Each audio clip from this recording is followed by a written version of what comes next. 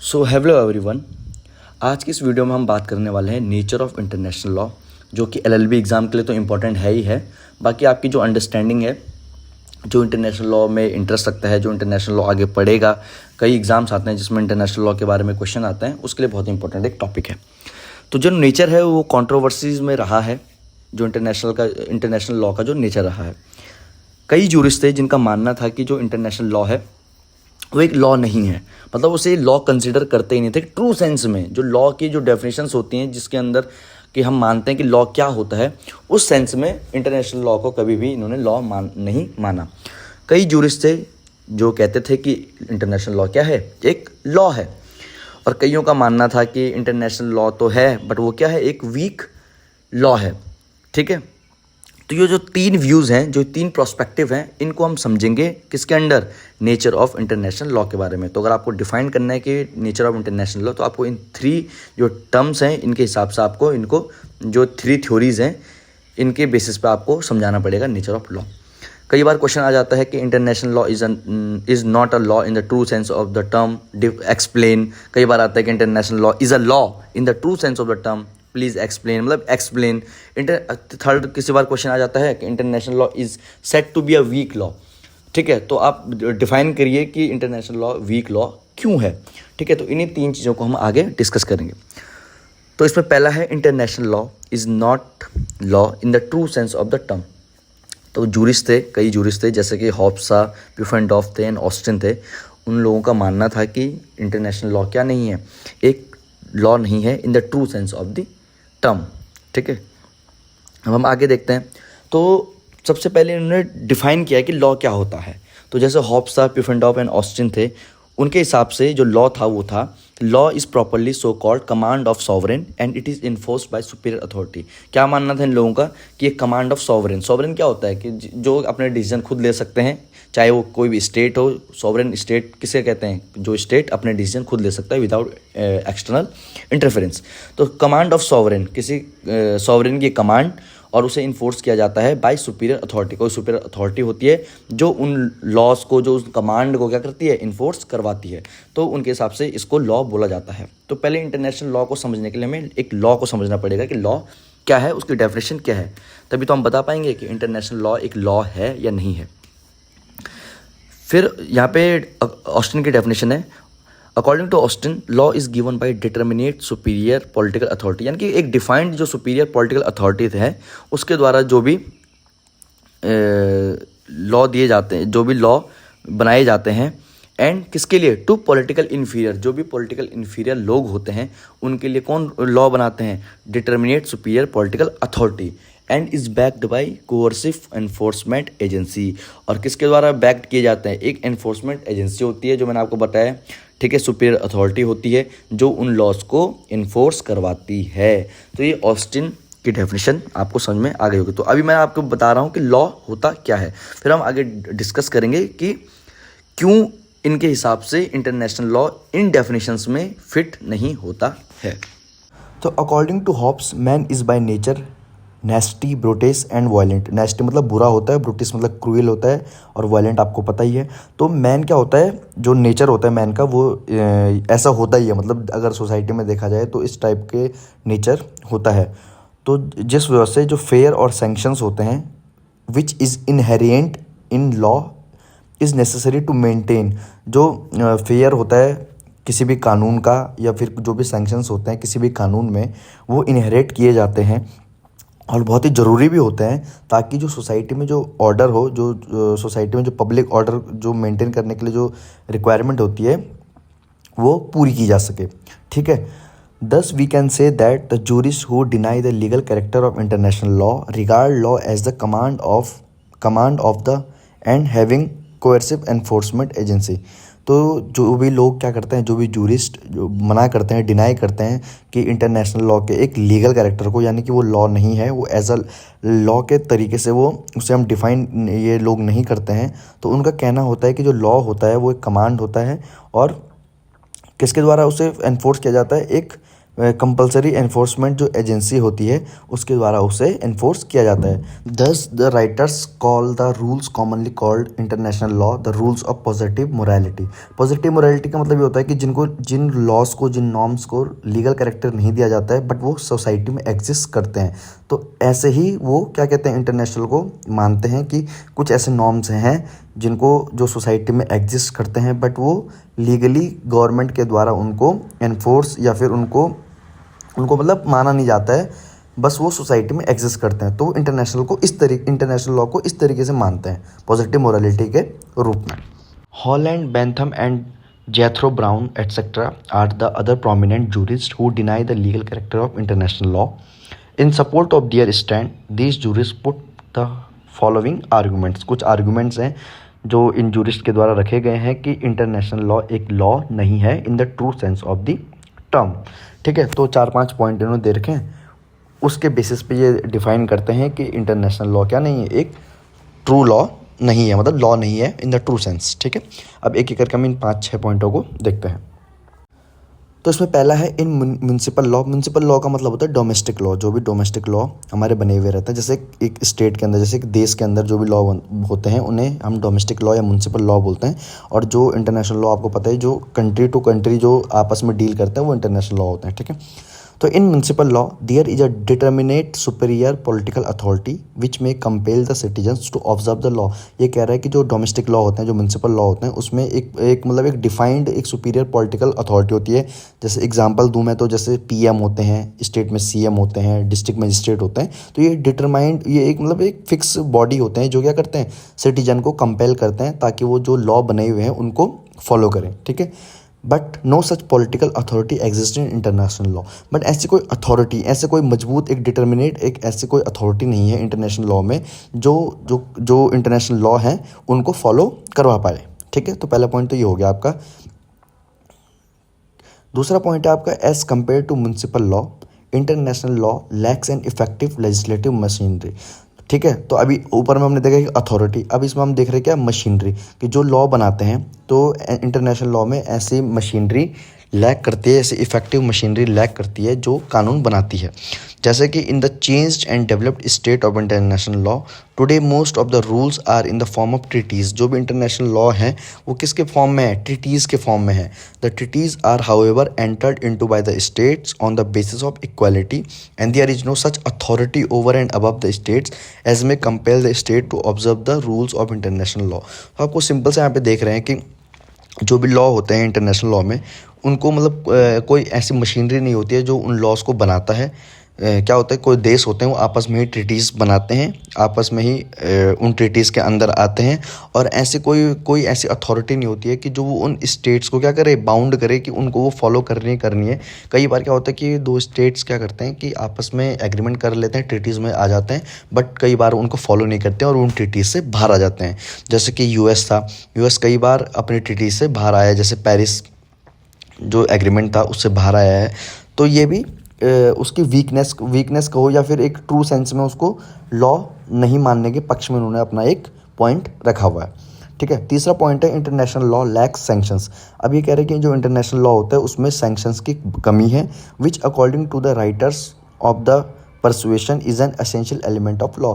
ये कहता है कि अगर सैंक्शंस वहाँ पे इफेक्टिवली आप नहीं देखते हैं तो वो एक क्या है, सैंक्शंस क्या होते हैं, एक वेरी एसेंशियल एलिमेंट होता है किसी भी लॉ का। तो इंटरनेशनल लॉ में जो ये जूरिस्ट थे उनको सैंक्शंस नहीं देखने को मिलते हैं, मतलब सैंक्शंस यानी कि इफेक्टिव सैंक्शंस देखने को नहीं मिलते हैं। फोर्थ पॉइंट है आपका there is no such executive power. अब देखो एग्जीक्यूटिव पावर है जो एग्जीक्यूट कराती है उन लॉज को। ठीक है, तो ये कह रहा है कि there is no such executive power in the international law as may enforce the decisions of the international court of justice. ये कह रहा है कि जब कोई मामला इंटरनेशनल कोर्ट में जाता है या इंटरनेशनल कोर्ट कोई अपना फैसला सुनाती है, तो ऐसी कोई मशीनरी नहीं है, ऐसी कोई एग्जीक्यूटिव पावर नहीं है जो इंटरनेशनल लॉ के द्वारा जो पास किए गए जो ऑर्डर हैं, जो भी लॉ बनाए गए हैं, जो भी ऑर्डर पास किए गए, उनको इन्फोर्स करा पाए किसी दूसरे स्टेट पे, या मतलब जो भी जिस पे उनको करवाना हो उस पे वो इन्फोर्स नहीं करवा पाती हैं। And enforce observance of the provisions of the treaty. और जो ट्रीटीज़ सपोज दो कंट्रीज़ आपस में ट्रीटीज़ में आती हैं, वो एक ट्रीटीज़ को कोई एक कंट्री एक स्टेट ट्रीटी को फॉलो नहीं करता है, वो मामला इंटरनेशनल कोर्ट में जाता है। इंटरनेशनल कोर्ट अपना फैसला सुनाती है और कहती है कि किसी स्टेट को कि आपको वो ट्रीटी फॉलो करनी है। बट ऐसी कोई इफ़ेक्टिव मशीनरी नहीं है जो उस स्टेट को क्या करे, बाउंड करे कि उसको वो ट्रीटी फॉलो करनी ही करनी है। तो आई होप आपको समझ में आ रहा होगा। पांचवा पॉइंट, इंटरनेशनल लॉ लैक्स अ पोटेंट जुडिशरी। पोटेंट का मतलब होता है कि स्ट्रॉन्ग जुडिशरी को लैक करता है। The powers and jurisdiction of the international court of Justice are very limited. जो आईसीजे होता है, इंटरनेशनल कोर्ट होती है, उसका जुरिडिक्शन है वो बहुत ही लिमिटेड है और जो उसकी पावर्स हैं वो भी बहुत ही लिमिटेड बताई गई हैं। तो इसलिए ये कहते हैं कि जो इंटरनेशनल लॉ है वो एक लॉ नहीं है ट्रू सेंस में, क्योंकि आप देख रहे हो ना एग्जीक्यूटिव सही तरीके से यहाँ पे कोई एग्जीक्यूटिव नहीं है जो उन लॉज को इन्फोर्स करा पाए। ठीक है, सैंक्शंस यहाँ पे बताने के लैक्स ऑफ सैंक्शंस हैं। लेजिस्लेटिव मशीनरी के यहाँ पे इफेक्टिव लेजिस्लेटिव मशीनरी नहीं है। तो 4-5 पॉइंट देखो आप इजी में देखो आप याद कर सकते हो, जैसे कि सुपीरियर पॉलिटिकल अथॉरिटी नहीं है जो सिटीजन्स को क्या करे, कंपेल कर पाए। दूसरा क्या है आपका, legislative machinery effective legislative machinery नहीं है जो लॉ बना पाए।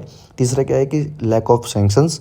ठीक है, और चौथा क्या है, executive power of international court of justice जो कि इन्फोर्स करा पाए, जो भी आईसीजे के जो भी ऑर्डर होते हैं उसको इन्फोर्स करा पाए। पांचवा हो गया कि आपका लैक ऑफ पोटेंट जुडिशरी, यानी कि एक स्ट्रॉन्ग जुडिशरी का ना होना। The powers and jurisdiction of the international court of Justice are very limited. और जो आईसीजे है उसकी जो स्कोप है, जो उसको पावर है, जो उसकी जुरिडिक्शन है वो बहुत ही लिमिटेड है। जो 6th पॉइंट आपका, सम writers call international law A quasi law. क्या कहते हैं इसे, कई जो जूरिस्ट थे उन्होंने जो इंटरनेशनल लॉ है उसको क्वाजी लॉ भी बोला है। इसका मतलब क्या है, क्वाजी लॉ का मतलब क्या है कि मतलब पार्शली लॉ उसको बोला गया है उनके द्वारा।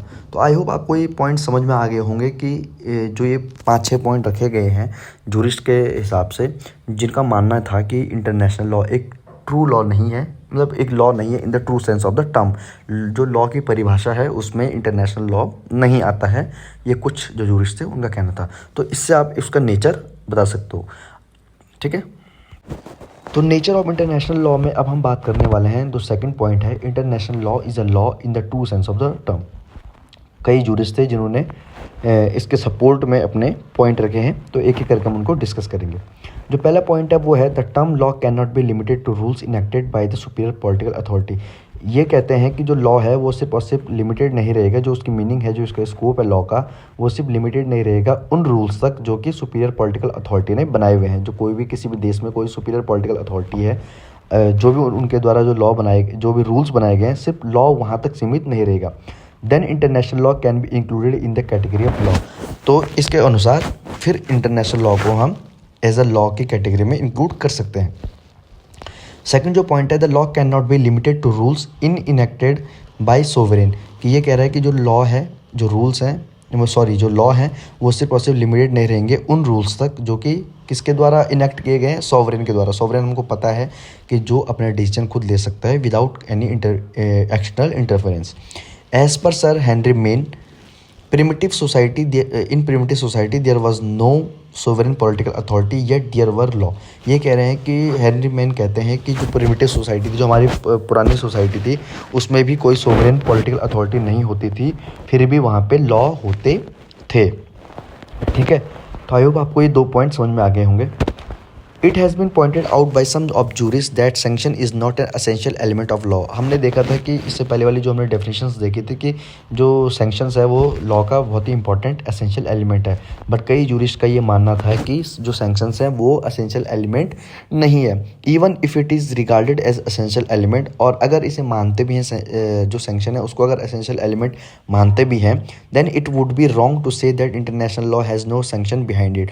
तो ये कहना गलत होगा कि इंटरनेशनल लॉ में सैंक्शंस नहीं होते हैं, जो इंटरनेशनल लॉ है उनके पीछे सैंक्शंस नहीं है, ये कहना गलत होगा। Public opinion is considered to be the ultimate sanctions behind the binding force of international law. और ये कहता है कि जो पब्लिक, जो एट लास्ट क्या होता है, जो पब्लिक होती है उसके ओपिनियन ही जो होते हैं अल्टीमेट सैंक्शंस होते हैं किसी भी लॉ को फोर्स कराने के लिए, जो भी इंटरनेशनल लॉ में है। And for the matter behind any law, और किसी भी लॉ को फॉलो करवाने के लिए जो अल्टीमेट जो सैंक्शंस होते हैं वो पब्लिक होती है। उसके पीछे अगर पब्लिक अगर किसी भी चीज़ के पीछे है तो वो अल्टीमेट चीज़ मानी जाएगी, ठीक है।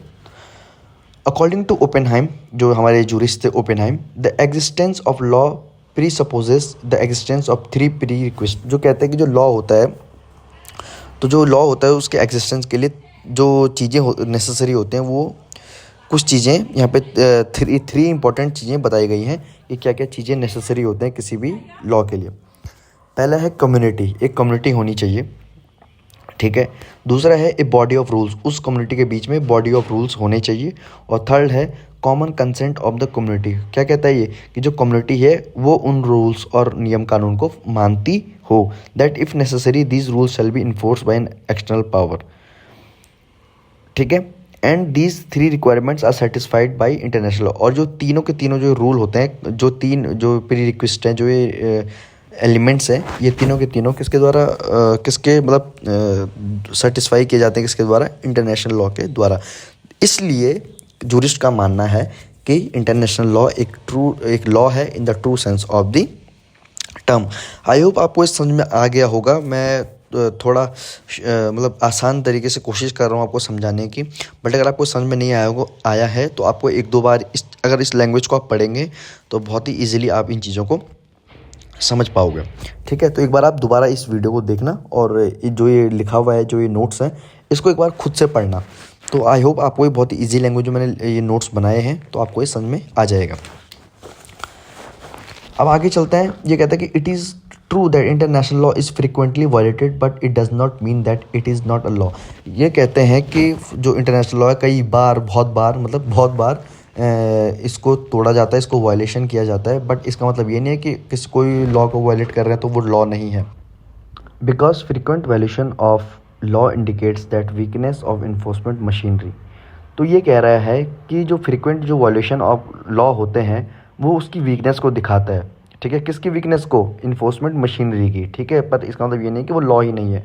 तो यहाँ पे बताया जा रहा है कि जो लीगलिटी ऑफ रूल्स होती है, यानी कि क्या वो कानून है नहीं है, या वो लॉज जो है कि नहीं है, and enforcement of rules of law, और जो इन्फोर्स करा रहे हैं उन लॉ को, ये दोनों के दोनों क्या हैं? 2 डिफरेंट चीज़ें हैं, ठीक है। According to Stark, international law is a weak law, but despite of the weakness of the international legal system, the legal character of international law cannot be denied. Stark भी कहते हैं कि इंटरनेशनल लॉ क्या है? एक week law है, पर इसका मतलब ये नहीं है कि हम उसकी वीकनेस की वजह से ये डिनाई करें कि इंटरनेशनल लॉ एक लॉ है ही नहीं, ठीक है। उसके लीगल कैरेक्टर को हम डिनाई नहीं कर सकते हैं। According to professor Hart, international law is a law because states regard it as law. ये अकॉर्डिंग टू प्रोफेसर हार्ट कहते हैं कि इंटरनेशनल लॉ है क्योंकि स्टेट ही खुद ही उसे रिकॉग्नाइज करती है कि वो एक लॉ है। Nothing need to be further proof, और आगे उसको प्रूफ करने की कोई ज़रूरत नहीं है। अगर हम कंक्लूजन देखें इसका, on the basis of above arguments it may be concluded that international law is really a law, ठीक है। However it has to be admitted that international law is not equivalent to municipal law. Definitely हम ये देख सकते हैं कि जो international law है वो उसके इक्विवेलेंट नहीं है। किसके? जो नेशनल लॉ है, जो म्यूनिसिपल लॉ है, उसके इक्विवेलेंट नहीं है, ठीक है। अब नेचर ऑफ इंटरनेशनल लॉ में हम जो थर्ड पॉइंट है उसको समझने वाले हैं कि international law is a weak law. तो कई जूरिस्ट थे जिन्होंने बोला कि इंटरनेशनल लॉ क्या है? एक वीक लॉ है। तो नेचर देखो, हम 3 तरीके से इसके नेचर को हम डिफाइन कर रहे हैं। पहला है कि इंटरनेशनल लॉ एक ट्रू लॉ, मतलब एक लॉ नहीं है इन द ट्रू सेंस। दूसरा हमने डिस्कस किया कि international law is a law in the true sense. और तीसरा हमने देखा कि international law is a weak law. तो वीक लॉ के बारे में कुछ पॉइंट यहाँ पे दिए गए हैं जूरिस्ट के द्वारा कि ये क्यों एक वीक लॉ है। तो पहला पॉइंट है it lacks effective law making authority. हमने डिस्कस भी किया है पहले कि जो इंटरनेशनल लॉ है उसमें इफेक्टिव लॉ जो मेकिंग अथॉरिटी होती है वो लैक करती है, वो वहाँ पे मौजूद नहीं है जो लॉ बनाते हैं, जो इफेक्टिवली लॉ बनाते हैं। इट लैक्स इफेक्टिव मशीनरी और authority to enforce its rules. और जो लॉ बने हुए भी हैं उनको इन्फोर्स करने के लिए इंटरनेशनल लॉ में एक इफेक्टिव मशीनरी नहीं है, एक इफेक्टिव अथॉरिटी नहीं है जो उन रूल्स को फॉलो करवाए। थर्ड पॉइंट है इंटरनेशनल कोर्ट ऑफ जस्टिस यानी ICJ has no compulsory jurisdiction. और जो कोर्ट है, ये इंटरनेशनल कोर्ट है जो, उसकी भी जो जुरिडिक्शन है वो कंपलसरी नहीं है। उसको भी इन्फोर्स को कैसे करवाएंगे? कोई ऐसी कोई स्ट्रॉन्ग मशीनरी नहीं है जो उनको इन्फोर्स कराए, ठीक है। फोर्थ है the sanctions behind international law are very weak, और जो भी सेंक्शंस लगते हैं इंटरनेशनल लॉ के द्वारा जो लगाए जाते हैं वो बहुत ही वीक होते हैं, इसलिए वो वीक लॉ है। पांचवा, a great limitation of international is law that it can not intervene in the matters which are within the domestic jurisdictions of the states. और ये कहते हैं कि जो इसकी एक बहुत ही बड़ी जो लिमिटेशन है इंटरनेशनल लॉ की, कि वो जो डोमेस्टिक लॉ है, जो म्यूनसिपल लॉ है, उनमें इंटरफेयर नहीं कर सकता है जो इंटरनेशनल लॉ है। छठवां है many rules of international law are uncertain and vague. कई जो रूल्स बनाए गए हैं इंटरनेशनल लॉ में वो बहुत ही अनसर्टेन है, ठीक है, और क्लियर नहीं है, ठीक है। सातवां है international law has failed to maintain order and peace in the world. और जो सातवां है, जो पॉइंट है, जो लास्ट पॉइंट है, वो ये कहता है कि जो इंटरनेशनल लॉ है वो फेल करता है कि जो वर्ल्ड में जो भी पीस है उसको मेंटेन करने में, जो भी ऑर्डर है उसको मेंटेन करने में इंटरनेशनल लॉ फेल है, ठीक है। तो आई होप आपको नेचर इसका समझ में आ गया होगा इंटरनेशनल लॉ का।